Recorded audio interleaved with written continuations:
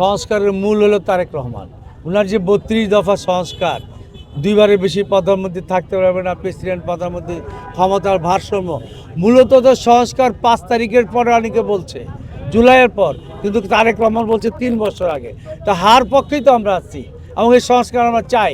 পাঠ হয়েছে, এটা একেবারেই চলাচলের উপযোগী ছিল না।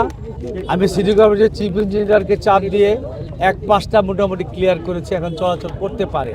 নিজের সবগুলি রাস্তাঘাট কাটা, এটাও আমরা এই পট পরিবর্তনের পরে সিটি কর্পোরেশনকে দিয়ে আমরা টেন্ডার করেছি, এগুলি কাজ চলমান অবস্থায় আছে, হয়ে গেলে হয়তো ভালো হবে। তো আমরা মনিটরিং করছি যাতে মানুষের জন্য দুর্ভোগটা কমে। সবচেয়ে বড় সমস্যা এখানে গ্যাসের, আমরা 9 টনে গ্যাস দিয়ে গিয়েছিলাম, এখন গ্যাস নাই একেবারেই।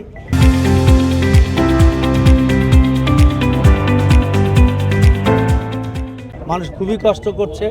পাশাপাশি সন্ত্রাস, মাদক এবং চাঁদা মুক্ত আমি একটি ঢাকা 11 আসন বাড়ানোর জন্য যুবক এবং অন্যান্য দলের লোক সহ আমরা সোসাইটিগুলি করব এবং এটার মাধ্যমে সিসিটিভি ক্যামেরার মাধ্যমে সবগুলি এরিয়া আমরা একটা সিসিটিভির আওতায় আনব।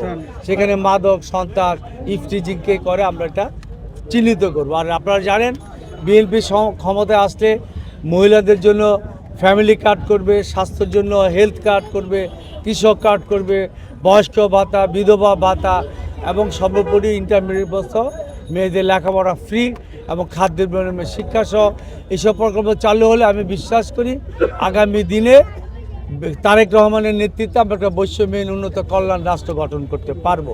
আর ঢাকা 11 আসনের মানুষরা আমাকে চিনে, আমি দীর্ঘদিন এলাকায় কমিশনার ছিলাম, মানুষের বিশ্বস্ত, কারো সন্তানের মতো, কারো ভাইয়ের মতো, এবং অতীতে আমাদের কর্মকাণ্ড সম্পর্কে মানুষ জানে। এবং বিগত স্বৈরাচার বিরোধী আন্দোলনে আমরাও শত মামলা মাথায় নিয়ে আপোষ করিনি। সুতরাং আমরা যে কথাটা বলি মানুষ সেটার উপর আস্থা রাখছে। আমি আমার জয়ের ব্যাপারে ধানের শীষের ইনশাল্লাহ শতভাগ।